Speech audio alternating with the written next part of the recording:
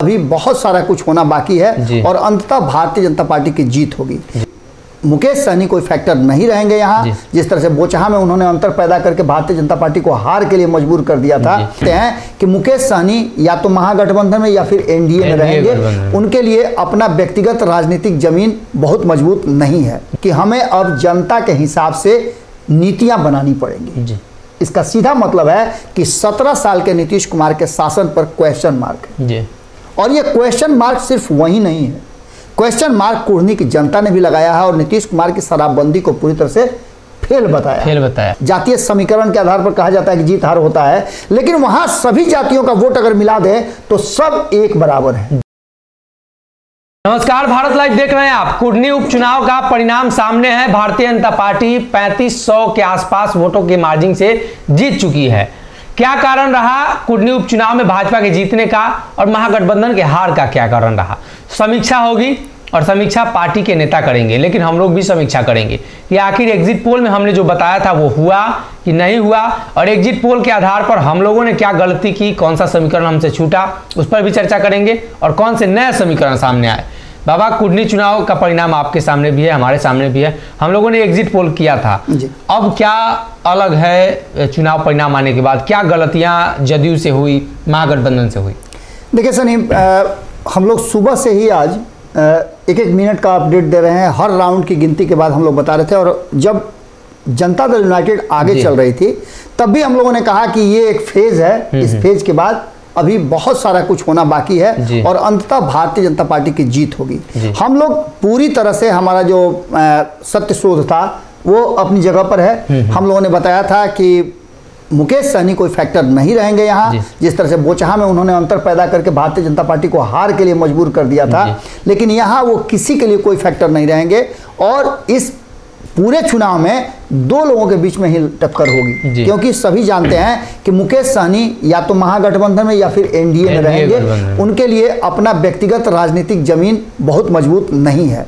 इन सारी बातों को लेकर के वो फैक्टर नहीं थे, लेकिन जो मेन फैक्टर, जो कारण रहे हार के जनता दल यूनाइटेड के, उन कारणों की बात करें तो कारण तो 10-12 नजर आ रहे हैं, लेकिन सबसे महत्वपूर्ण कारण है कि अगर हम उपेंद्र कुशवाहा की बात करें तो उपेंद्र कुशवाहा ने इस चुनाव के परिणाम आते हैं सबसे पहला जो बयान दिया था वो बयान था कि हमें अब जनता के हिसाब से नीतियां बनानी पड़ेंगी। इसका सीधा मतलब है कि 17 साल के नीतीश कुमार के शासन पर क्वेश्चन मार्क है। और ये क्वेश्चन मार्क सिर्फ वही नहीं है, क्वेश्चन मार्क कुढ़नी की जनता ने भी लगाया है और नीतीश कुमार की शराबबंदी को पूरी तरह से फेल बताया। और ये फैक्टर बड़ा हो गया है, मतलब शराबबंदी की वजह से नीतीश कुमार का वोट बैंक घटा। बिल्कुल, ये एक फैक्टर हो गया है कि वहां कुढ़नी में हमने कई बार बताया है, एक बार फिर से हम बता रहे हैं कि वहां कोई भी ऐसी जात नहीं है। जातीय समीकरण के आधार पर कहा जाता है कि जीत हार होता है, लेकिन वहां सभी जातियों का वोट अगर मिला दे तो सब एक बराबर है। जैसे बराबर है, 30-40 हजार के सबका है। बिल्कुल, जैसे आप सवर्णों का वोट मिला दें तो सवर्णों का वोट सब मिला करके 80,000 से 85,000 के आसपास पहुंचता है। हम जाति वाइज नहीं बता रहे हैं, हम ग्रुप वाइज बता रहे हैं जो वोट ट्रांसफर होता है। दूसरा, दलितों की वोट की बात करें तो 80 से 90,000 के बीच में दलितों का वोट है। अगर एमओआई के वोट की बात करें तो एमओआई समीकरण में भी वोटों का लगभग उसी अंदाज में करीब मान के चलिए कि 70 से 80,000 के आसपास वो वोट है एमओआई का। अगर कुशवाहा समाज की बात करें, वनिया समाज की बात करें, माली समाज की बात करें और ईबीसी ओबीसी को मिला दें तो ये भी लगभग 80,000 के आसपास है। 3,10,000 के आसपास वोट थे और इसमें से जो पोल हुआ है वो लगभग 60% के आसपास, हम एक लमसम बता रहे हैं, 57, 58, 59% हुआ है। तो इसका मतलब है कि वोटिंग जो हुई वो 1,60,000 के आसपास हुई। उसमें साफ नजर आ रहा है कि हार जीत का आंकड़ा कम रहा, लेकिन 2020 से बेहतर आंकड़ा, क्योंकि वहां 712 वोटों से हार जीत हुई थी और यहां कम से कम 3500। अब इसमें हार का कारण क्या रहा? जबकि आपको एक चीज समझ में आ रहा होगा कि मुस्लिम वोटरों ने एआईएमआईएम को ठुकरा दिया, तो फिर भारतीय जनता पार्टी को तो वो वोट दिए नहीं होंगे। मुकेश सहनी के वोट में तो उनका वोट नजर नहीं आ रहा है, बाकी कोई है ही नहीं जो उस स्तर तक पहुंचे, तो इनका 25 से 30,000 वोट कहां गया? तो 25 से 30,000 वोट निश्चित रूप से MY समीकरण में तेजस्वी यादव के अपील के बाद इस समाज ने, जबकि हमारा यही प्रिडिक्शन था, हम लोगों ने जो लोगों से बात की थी, ग्राउंड रिपोर्टिंग हमारी हुई थी, और उस सर्वे में हमें यह जानकारी मिली थी, जब लोग नमाज पढ़ के आ रहे थे तो उन्होंने कहा कि MIM जो है उसको हम लोग सपोर्ट कर रहे हैं। इन सारी बातों को लेकर के अब जो बदली हुई परिस्थिति है कि जब मुसलमानों का वोट उनको मिला, उसके बाद भी वो जीते क्यों नहीं। जी। तो इसके पीछे कारण था कि जो कुर्मी समाज है वो वोट जो है, कुर्मी लौकुश समाज का वोट शिफ्ट हुआ।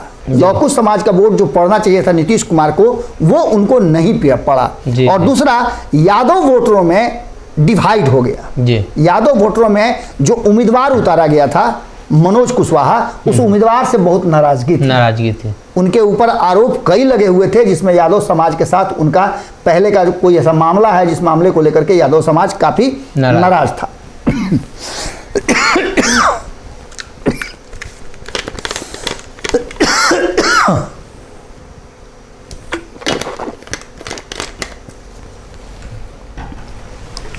यादव समाज की जो नाराजगी थी वो साफ नजर आई, और ये वोट जो है, वोट के ट्रेंड में वो बात नजर आई जब फाइनल हमने 23 राउंड के जो काउंटिंग हो गई।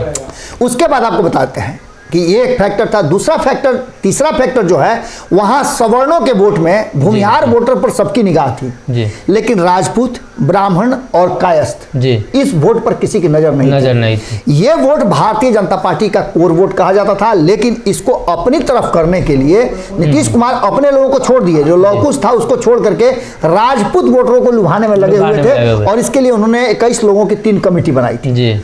ये पूरी कमेटी जो है कुर्नी में काम कर रही थी और राजपूतों को अपने पक्ष में वोट देने के लिए मना रही थी। फ्लॉप हो गया। लेकिन इन सब पर भारी पड़े कन्हैया सिंह। कन्हैया सिंह की टीम भीतर ही भीतर जिस तरह से अपना लॉबिंग किया और लोगों से मैन टू मैन टच किया, वो नजर आया। और आपको सबसे महत्वपूर्ण बात बता दें कि 20 राउंड के वोटिंग काउंटिंग के बाद जब जदयू आगे चल रही थी 19वें राउंड तक, तो सीधे इस बात को कहा जाने लगा कि अब तो जदयू की जीत हो जाएगी। 18वें-19 राउंड में काफी बढ़त था, करीब हमको लगता है 2000 के आसपास का बढ़त था।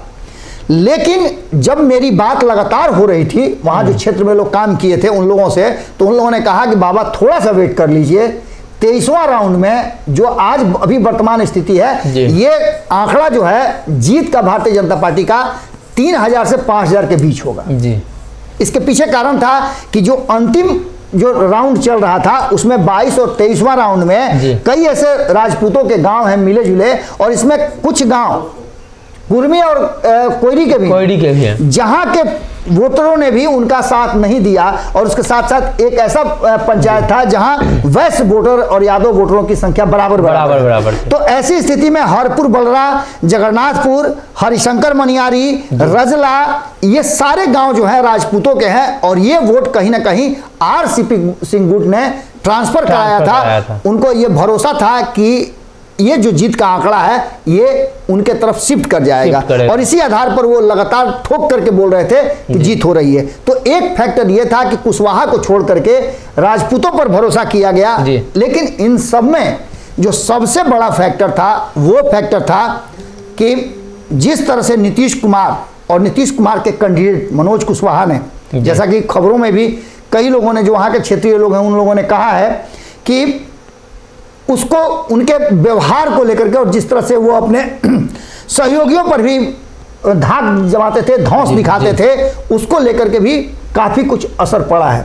इसके साथ साथ सबसे बड़ा फैक्टर जो है, जो लगातार रिपीट कर रहा है हिंदुस्तानी अवाम पार्टी, आपने सुना ही होगा दानिश रिजवान का बयान, कोऑर्डिनेशन कमेटी की बात वो कह रहे हैं। और इसके साथ साथ उन्होंने सबसे महत्वपूर्ण बात कहा कि उनका सीधा आरोप नहीं था, लेकिन इशारों में उन्होंने कहा कि MY समीकरण उनके तरफ शिफ्ट नहीं हो पाया, जबकि फैक्ट यही है कि मुसलमानों का वोट नीतीश कुमार को मिला है, पूरा मिला, लेकिन यादवों का वोट नहीं मिला है। और मुसलमानों के वोट में यदि सेंधमारी हुई है तो उसका कारण कहीं ना कहीं रहा है शहाबुद्दीन फैक्टर। शहाबुद्दीन फैक्टर से आप इनकार नहीं कर सकते हैं, क्योंकि शहाबुद्दीन मुसलमानों के एक बड़े नेता थे और राष्ट्रीय जनता दल के कहा जाता था कि एक मजबूत स्तंभ भी थे। लेकिन अब जबकि चुनाव के परिणाम आ गए हैं, ये जो कहा जा रहा था कि सुपर फाइनल है, सुपर सेमीफाइनल है 2024 का, उसमें नीतीश कुमार पूरी तरह से चित हो गए हैं और नीतीश कुमार जो आगे बढ़ रहे थे प्रधानमंत्री की उम्मीदवारी के लिए, उसमें विराम लग गया है। और इससे भी बड़ी बात आपको बता दें कि नीतीश कुमार को लेकर के जो आम आदमी पार्टी का परसेप्शन है, उनका जो बयान है वो काफी, माने वो भी एक बड़ा फैक्टर हुआ है कि नीतीश कुमार पर किसी को भरोसा नहीं है कि कब वो किधर शिफ्ट कर जाएंगे, कब नहीं कर जाएंगे। नीतीश कुमार ने दाव तो बहुत अच्छा खेला था कि तेजस्वी यादव का सीट नहीं बढ़े, लेकिन तेजस्वी यादव ने भी दाव खेल दिया कि नीतीश कुमार की भी सीट नहीं बने और आने वाले 2025 के चुनाव में ये सीट जो है फिर से राष्ट्रीय जनता दल के खाते में जाए। इसके साथ साथ जो आम आदमी पार्टी की मैं बात कर रहा था, आम आदमी पार्टी का सीधे तौर पे कहना है कि नीतीश कुमार ने पिछले 17 साल में कौन सा ऐसा काम किया है जिसको लेकर के उद्देश्य स्तर पर जाएंगे। ये सबसे बड़ी बात थी और उनकी विश्वसनीयता को लेकर के भी सवाल खड़े हो रहे थे।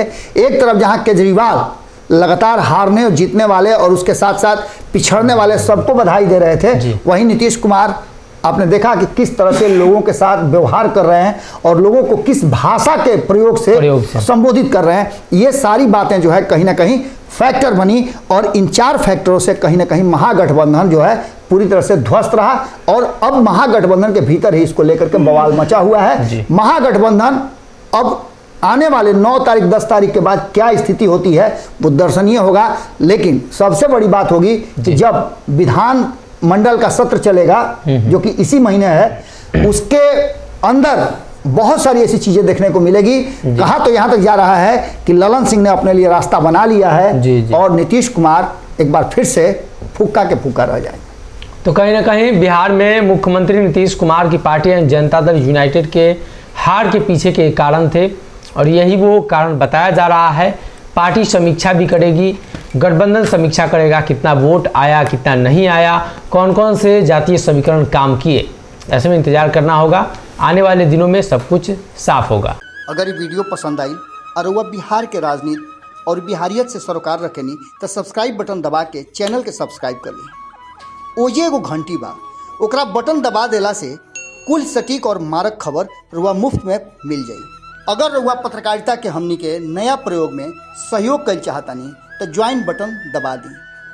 पेटीएम नंबर नोट कर ली 9386816700। धन्यवाद।